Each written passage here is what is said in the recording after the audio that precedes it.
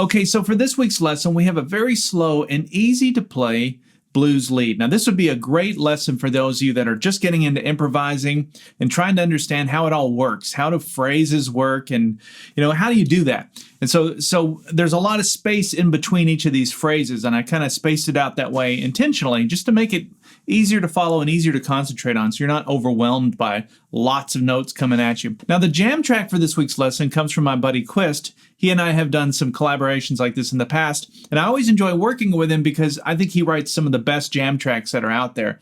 And actually, I've got a link to his channel in the description below, so you can go there and check out all of his jam tracks, all soulful stuff. He's got blues and rock and country, the stuff that you're going to like. And including this week's jam track for the song that we're learning this week. Now, if you're a premium member, you'll be able to download the jam track, the MP3 file, and you'll also have access to the tablature. So if you want to get those things, you can go to activemelody.com, go to the weekly lessons page, and do a search for EP414. If you're not a premium member, I would encourage you to look into it at activemelody.com, because all of these lessons, and I have 10 years worth of them, they're all designed with one goal, and that is to teach you how to improvise. That's the one common thread, whether you're doing a fingerstyle thing or playing along with a jam track or whatever. It's all designed to teach you where all of these notes come from and show you that it's really just the same little pool of notes that get kind of repurposed for different styles. So, I don't know tons of different scales. I know just a handful of them, but I'm able to play a lot of different styles with what I know. And I always try to impart that information in these lessons. So check that out. And check out Quist's channel as well. He's also on Spotify, so you can do a search for him, Quist, on Spotify, and check out his catalog there as well. All right, let's talk about this song that's played in the key of D. And by the way, we're going to go through all of the lesson material in this video. I did not split this week's lesson into two parts. We're going to cover everything in this video. So it's played in the key of D, and the chords in this are a D minor. So I think of this as a minor 1 chord, a minor 4 chord, which is a G minor. So we have the 1, the minor 1, the minor 4, and then the 5 chord, which is major, and that's an A7. So you have a D minor, G minor, A7. Those are the 3 chords that are used. That's a typical minor key format where you have a minor 1, minor 4, and then you do a major 5. And that major 5 creates that tension, and then you can release it back to the 1. It's a really, really good format. So when I got the jam track, I had no idea what I was going to play over it. And so the first thing that I like to do, and this is just a little tip for those of you that are trying to improvise, the first thing you want to do is just listen. Pay attention to what the chords are, because the chords are kind of your roadmap of where everything is going anyway. So you got to kind of work out those chords first. Now, on most blues songs, they're fairly simple because there's usually 3 chords or 4. There's not a ton of chords, and they're not complicated chords either. They're usually pretty easy to work out by your ear. So try and do that first, and then you can loop back and start working on a lead. Okay, so the first thing that I played goes like this. Now, we're not going to talk about timing just yet, and I'm not even going to explain where these notes are coming from just yet. I will in just a minute. Let's look at the notes, though. I want you to grab your guitar. You can do this on an acoustic or electric. Well, acoustic would be a little harder for some of the bends, but you could do that if you had a lighter gauge string. Anyway, I'm playing these first notes all on the 4th string. So we're starting with the ring finger on the 5th fret, sliding up to the 7th fret. And then a quick slide from the 6th fret back to the 5th fret. So sliding it to the 7th, back to the 5, and then down to the 3. And then we're going to go back to the 5 and slide back to the 7 again. And then those last 2 notes are on the 5th fret. Now, everything we just played there was played on the 4th string. And the thing you want to pay attention to are these slides, sliding into a note. It makes such a difference to slide into a note versus just playing the note straight. It just doesn't have any soul. And what you're trying to do when you're playing lead, you're always really trying to sing with your fingers. You're trying to emulate the human voice. So when we slide into a note, that's what we do when we sing. We don't just hit the note right on pitch. Well, sometimes that happens, but for the most part, you're kind of working your way into a note. And then the vibrato part, which is, shaking the string like that, that's also what happens with the human voice. As we run out of air, we start to do that. So everyone has their own unique style of vibrato. I'm not going to really break that down, but when you're trying to sustain a note like that, vibrato is the way to do it. Okay. Now, these notes are all coming from the D minor pentatonic scale, pattern 4. And so when we're playing a lead, we have kind of two paths to take. This is a very overarching look at it. One path would be I could just stay in the key of the song and stay there for the whole song, meaning I could just play the D minor pentatonic scale. Even though there's a G chord and an A chord, I could just stay in that D minor pentatonic scale and make that work. And that's one way to do it. The other way is to think about playing the chord changes, where I'm playing like a scale to match each chord. So when we go into the G minor chord, I play a G minor scale. When we go to the A7, I play an A7 scale or arpeggio. But I'm trying to really focus on all of the notes in the chord. That's a little more complicated. And so what I'm doing in this week's lesson is I'm doing kind of a combination where most of what we're playing is in the key of the song, so most of it's going to be D minor pentatonic scale, but there's going to be a few spots where I touch on the notes in the chord. We'll call that out as we get to it. But anyway, this is all D minor pentatonic scale, pattern 4, which looks like this. So hopefully you know your patterns by now, but if you don't, that's what it looks like. So pattern 4. And so I'm sliding in to this note, and that would be the 5th of the chord. So when you're playing notes, especially like those first notes at the beginning of a phrase or notes at the end of a phrase, one general rule of thumb is to try and play either the 1, the 3, the 5, or the 7 of the chord.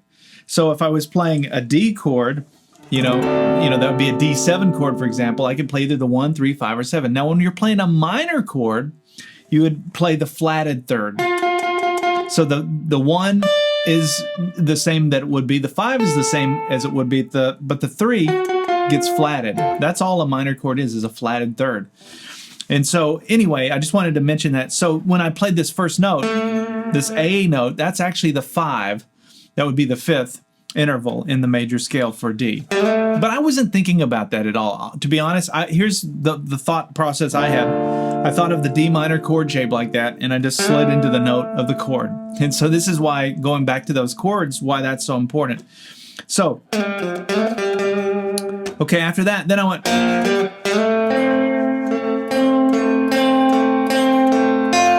I slid into this little area here between the 7th fret and the 5th fret. But before I did that, I went. And I played a bar there, actually, on the 3rd fret, playing strings 4 and 3. And then I played the 5th fret, 4th string. And then I slide back to the 7th fret on the 4th string with my ring finger. But then I come up here to the 5th fret, 3rd string and play these two notes. And I just go back and forth between those two. Now this is a classic blues lick. You have to know this one. And I'll show it to you in 2 spots. But anyway, that's what I'm doing there. And I was kind of giving it some vibrato as I played it. And at one point I went like this. And I hit this note. So while I'm holding these two down, I put my middle finger down on the 6th fret, 2nd string. And I instinctively did that because I've done that before over a minor key. And at first I thought, well, yeah, that's just the minor pentatonic scale pattern 4, right? All those notes are in minor pentatonic scale pattern 4. That's why they work. But when you listen to that just by itself. That's a chord. That's a major chord. That's a major triad. That's actually an F chord. If we think of an F chord. Now, why would an F chord work when I'm playing over a D minor? Well, this is where the relative major, relative minor thing happens, because F major is the relative major of D minor. So that'll blow some of your minds and be this big aha moment where you realize, oh my gosh, if I'm playing it over a minor key, I can always play the relative major triad, pick any of those notes in any order. I can play the chord. I can always play that because those notes work because they're shared notes between the two chords. Anyway, if you don't know what I'm talking about, just ignore that part. But that's what's going on there. It's the relative major. And by the way, this is that blues lick that I said is a must know. Here's another position for it. If we're up in pattern 1 of the minor pentatonic scale for D, you could actually slide up here. Actually, that would be going into pattern 2. But this is another spot for it. So you have 2 octaves of it. But you hear that in the blues all the time. That kind of thing. This is just a lower version of it. And it works over all the chords. So anyway, then after that I went. So 3 quick slides in.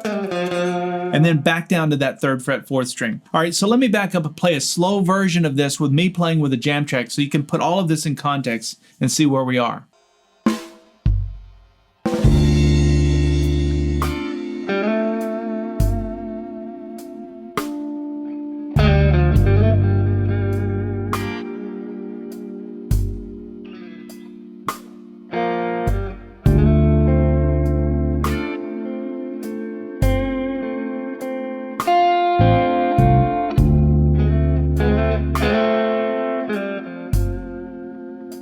All right, so now's where the song goes to the G minor. And this is where I'm going to touch on one of the notes in that G minor chord, like I was saying. This is kind of playing the chord changes a little bit. And so what I did was I went... Now this note, which is a B flat, would not be in the D minor pentatonic scale, but it is in that G minor chord.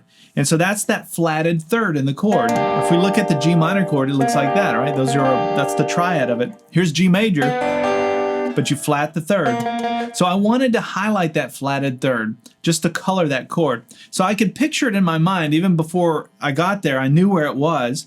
And so I just bent into that note. So that's where I'm trying to get, and it's just do a half bend. Now you don't do a full bend there. So to build into that, I went on the 4th string, I went 3rd fret, 5th fret. And then on the 3rd string, I played the 2nd fret, and then here's that half bend. Bend and release. And then I come back to the 5th fret, 4th string. And that works really nice over that G minor chord. So now you can understand at least why this note works, because it's a note in the chord, right? So you can think about that as just that one note was added to the minor pentatonic scale, the D minor pentatonic scale, in that one position. And then I did this little embellishment there. Now, the way that I do this, let me show you what's going on here. It's all done on the 4th string. 3rd fret, 5th fret. A quick slide from the 5th to the 6th and back to the 5th. And then a pull off to the 3rd. It sounds harder than it is. You're just going to want to practice doing that. Now, some people, when they do this little thing, they use their pinky to do a hammer on, like that. I can't do that very well. It's easier for me to slide. I've just been doing that through the years. So you pick which one is easiest for you. But that's the idea there, is to create a little embellishment. Now, if we're asking what are these notes, now remember we're still playing over the G minor, but I went back to the headspace of playing in the key of the song. Even though there's a G minor going on, I went back in my head to D minor pentatonic scale. So I was thinking these notes. And so when I look at this, that would be like the blue note in the D minor pentatonic scale. And it works even though there's a G minor chord. Right? And then we go into this lick, which is just so cool. And that's straight out of D minor pentatonic scale, pattern 4. So I slide into strings 3 and 4, and I'm barring there on the 7th fret. And I use my ring finger to bar into that, or to bar that. 5th fret, 3rd string, quick slide from the 7th fret to the 5th fret on the 4th string. And now we're going to do a little box between the 5th fret and the 3rd fret on the 4th string and 5th string. So we have, so you can see I'm going 5, 3, 5, 3. And then I go back to the 3rd fret, 4th string, 5th fret, back to the 3rd fret, and then that last note is the D note on the 5th fret, 5th string. And why did I land on the D note? Well, because we're back over the D minor chord. So you have... Now, as you're learning these little phrases, don't just let them come and go. Try and really get them into your thought process and put them over another jam track. Actually, you could go to Quist's site and check out some of his and do it that way. But try and take a lick like this, those notes, and see how you can work those into something else. Now, what's cool about that, since it's minor pentatonic scale, is that would work over a major D chord or a minor D chord. So if the song was major, right, so like a D7, I could play. See, it works.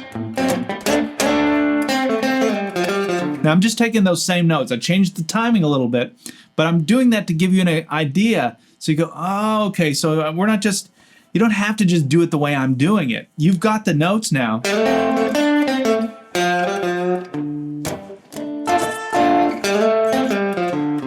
Look at all the stuff you can do it.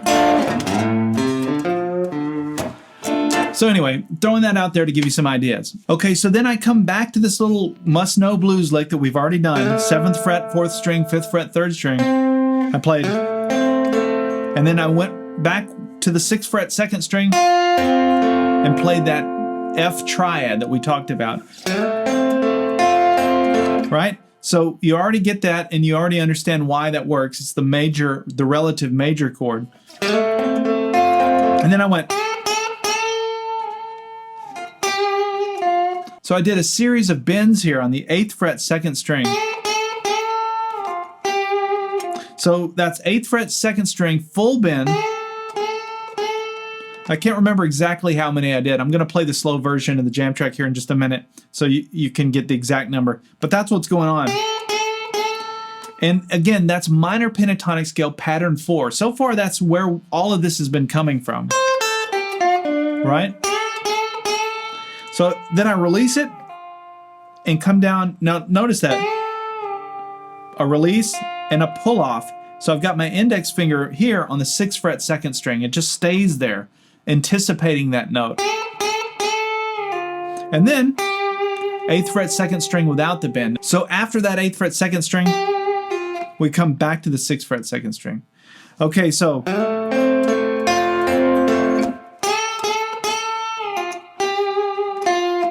that's what we have so far, and all of that was over the D minor. All right, so let me back up and play a slow version of me playing that with the jam track up to that point.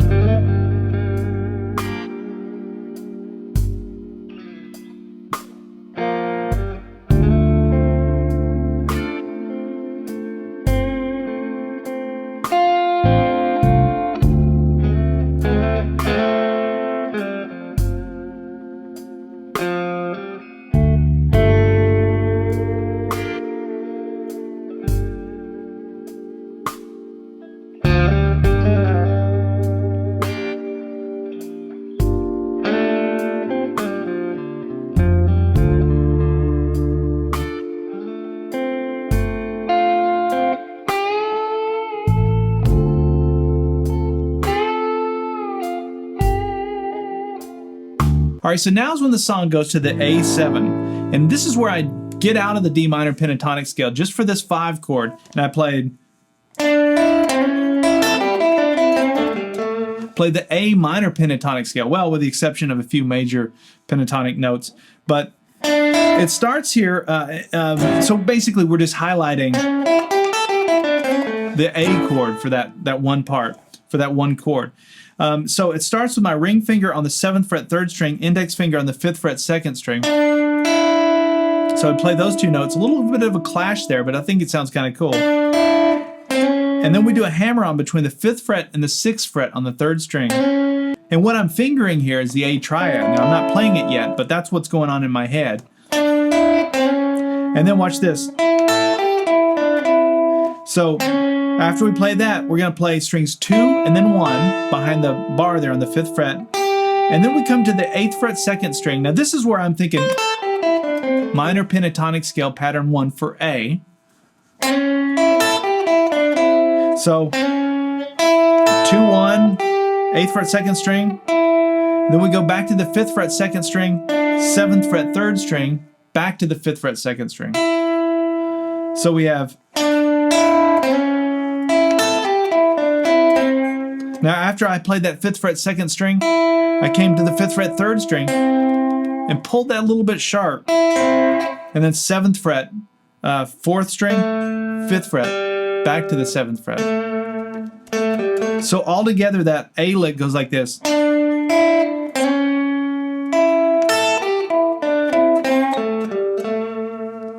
Really cool little lick. And then the song goes to the G minor, and I just went right back into minor pentatonic scale for D minor pentatonic scale. So I went back into the key of the song, and I came back to pattern 1. And so this is pattern 1 of the minor pentatonic scale for D. And always connect it to your chord shapes. I think you know that by now. But think of your D minor chord using the E minor shape. And where you're barring there, that's that root fret. So you play strings 1, 2, and 1 off of that root fret, which is the 10th fret. And then we do a full bend on the 11th fret, or I'm sorry, on the 13th fret second string to match that note that we just played. And then you do a release and then a pull off to the 10th fret second string. So like that. And then that's the 12th fret third string, 10th fret, down to the 12th fret 4th string. And all of that is minor pentatonic scale pattern 1 for D.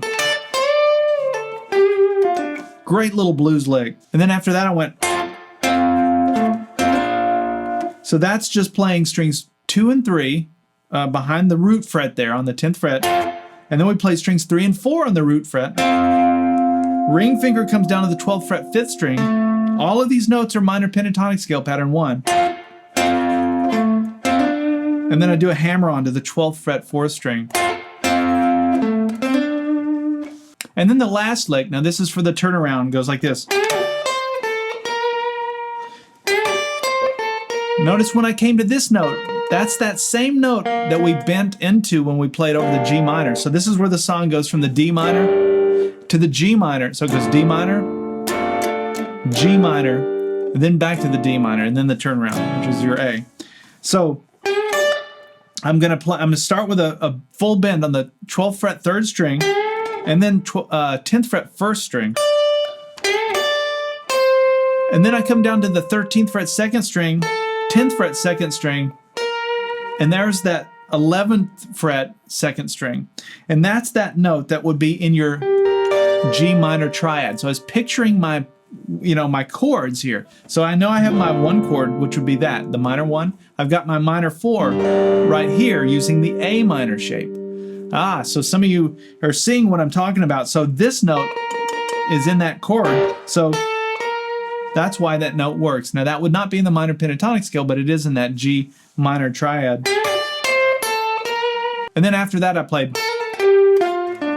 That's just a hammer on between the 10th fret and the 11th fret on the 2nd string. And then a pull off. 12, 10 on the 3rd string. And then the 12th fret 4th string. And then the last thing that I played goes. And that's where there's the 5 chord. And so I just played the A triad. That's your A major bar chord, just the top 3 strings of it. Middle finger on that 6th fret 3rd string while these 2 fingers while this finger is barring these 2 strings. So there's your A, and then you come up to the A7, which is up here, where you've got your middle and ring finger on the 9th fret strings 1 and 3. And then you've got your index finger on the 8th fret 2nd string. So you have, and then that's it, and that's where the song would repeat.